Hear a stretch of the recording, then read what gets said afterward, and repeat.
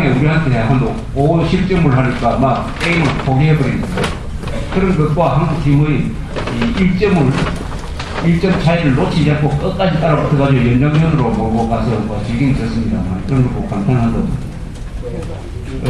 김민식 감독이라는 사람은 저도 좀 잘 아는 사람이에요. 이 사람은 아주 말이 없는 사람입니다. 어떤 자리에 가서 한 3시간 앉아 있으면 문장되는 말을 한 3마디 정도 해요. 그러나 이분은 말이 없기 때문에 아주 리더십이 있어요. 침묵의 리더십이라고 저는 생각을 하는데 인격으로 그 팀을 이끄는 방법이 있습니다. 침묵, 말을 안 해가지고 어떤 조직을 장악하는 방법이 있습니다. 박 대통령이 그랬던 사람입니다. 박 대통령은 말을 아주 적게 하는 사람입니다. 말을 적게 하기 때문에 주변 사람들을 아주 긴장시키는 게 있습니다. 이 김민식 감독은 말을 적게 해도 분위기를 아주 어색하게 만들지 않고 아주 포근하게 만드는 아주 덕이 있는 사람입니다.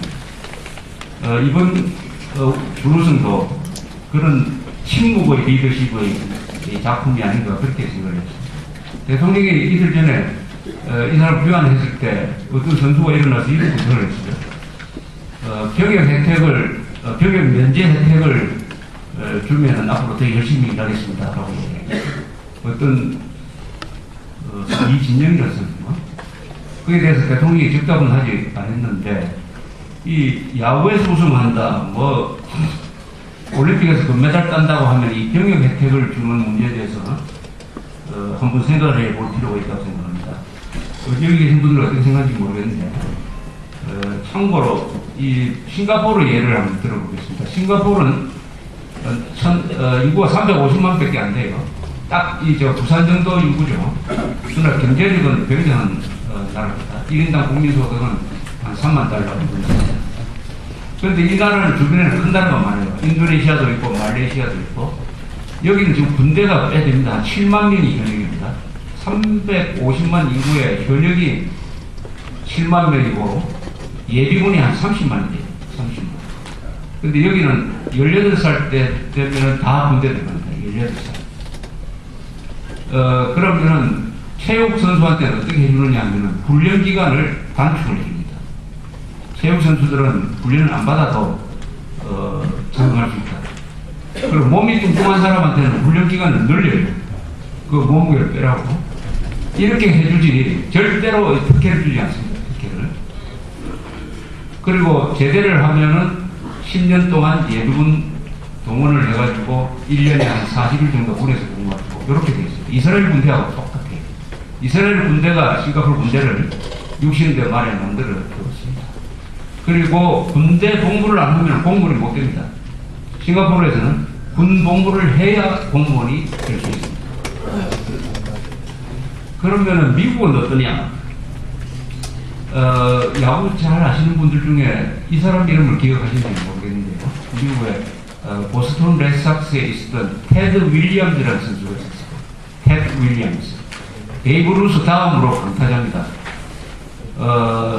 보스턴에 가면 테드 윌리엄즈 이름을 붙인 터널도 있고 한데 어떤 사람에 따르면 베이브 루스보다 훨씬 더 좋았는데 군대 생활을 너무 오래 해가지고 기록이 좀 줄어들었다 이렇게 어떤 군대 생활을 했는데 2차 세계대전 때도 참전을 하고 6.25 전쟁이 터지니까 이 예비군들을 소집을 했을 때 테드 윌리엄즈는 보스턴 레드삭스에서 아주 전성기를 달리고 있어요.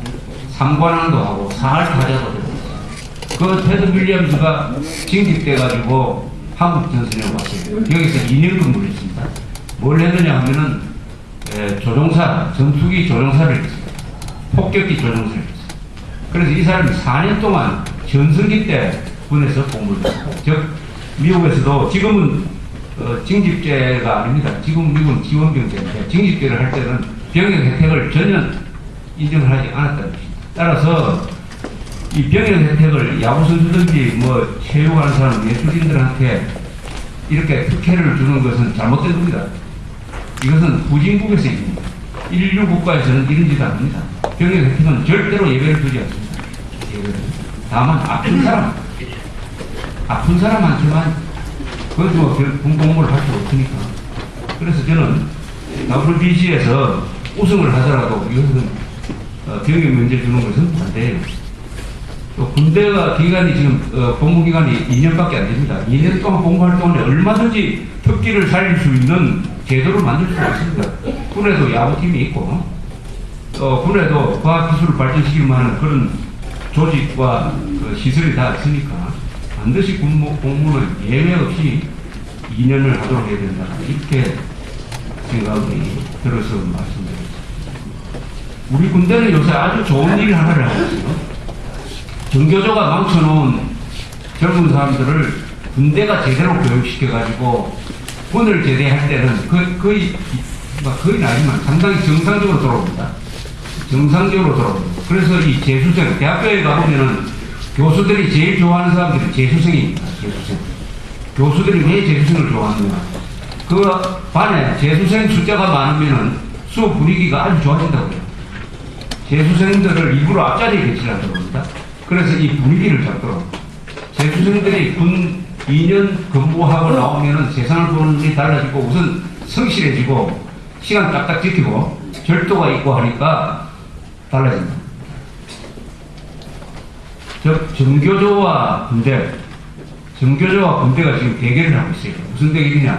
앞으로 대한민국의 미래를 짊어지고 갈 사람의 정신을 누가 장악하느냐? 정교조가 장악하느냐? 아니면 군대가 든든한 국가관을 심어 놓는 것이냐 하는 경쟁을 하고 있습니다. 이 경쟁에서 군대가 이겨야 됩니다. 군대가 지면 어떤 현상이 일어나느냐? 정교조 교육을 받던 사람들이 군대에 와가지고 군대를 정교조식으로 오염을 시킵니다. 그것은 뭐냐? 대한민국을 오히려 정오하게 만들고 김정일을 좋아하게 만들고 미국을 반대하게 만드는 그런 정신을 군대까지 오염시켜버리면 군대가 어떻게 되느냐? 군대가 왼쪽으로 갑니다. 군대가 왼쪽으로 가면 나라가 왼쪽으로 가고 남침할 때 항복할 때 그러죠. 따라서 이 군대의 정훈교육, 군대라는 것은 보통 때는 교육기관입니다.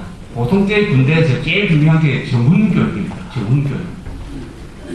이 정훈교육을 강화를 해가지고 하려니까 요새 또 군대 안에서 이상한 사람들이 있어요. 군인들한테 이런 책을 읽어서 안 된다고 해가지고 그 리스트를 보냈더니 그 군 장교 몇 사람이 그렇게 하는 것은 헌법 위반이다 해가지고 헌법재판소에 고소도 하고 했는데 거기에 대해서 얼마 전에 국방부에서 파면을 했습니다. 지금 북한이 4월 5일, 8일 이 사이에 미사일을 쏘겠다고 지금 예언을 했습니다. 자기들은 인공위성을 쏘겠다고 해요. 인공위성 쏠 자유도가 없느냐 이렇게 주장하고 있습니다. 북한은 인공위성을 쏠 자유가 없는 나라입니다. 왜냐하면 미사일을 핵을 개발하니까 안보이사회에서 유엔에 있는 안전보장이사회에서 장거리 미사일 그것이 발사체가 인공위성용이든지 아니면 무기든지 어떤 것도 발사해서는 안 된다고 딱 규정을 해가지고 제재를 지금 하고 있습니다. 이게 성공할 거냐 말 거냐 하는 것은 아주 미스테리인데 성공할 가능성도 있습니다. 왜냐하면 이게 북한이 지금 이란, 시리아 이 세 나라하고 협력해가지고 미사일 기술을 개발시켰는데 얼마 전에 이란에서 인공위성을 쏘았는데 성공을 했어요. 그 기술이 아마도 북한 기술일 것이다. 북한 기술일 것이다. 이란이 돈을 대고 북한이 미사일 개발을 수출을 해가지고 이란에서 성공했으니까 이 기술을 그냥 가지고 오면 북한도 성공할 것이다. 이렇게 보는 사람들도 있습니다. 98년에는 실패를 했어요. 그런데 계산해 보면 이 미사일 하나, 장거리 미사일 개포동 2호 개발하는데 한 10억 달러 든다고 그래요. 10억 달러. 하나 쏘는 게 10억 달러 달리는 그런 뜻인데 10억 달러 하면 어떠냐 하면 북한의 식량이 한 매년 200만 톤 모자랍니다. 옥수수를 사는데 얼마가 드냐 하면 한 3억 달러면 돼요. 10억 달러는 북한 식량 문제를 3년 동안 해결할 수 있는 돈이에요. 이것을 지금 미사일을 쏘가지고 지금 날려보내는 것인데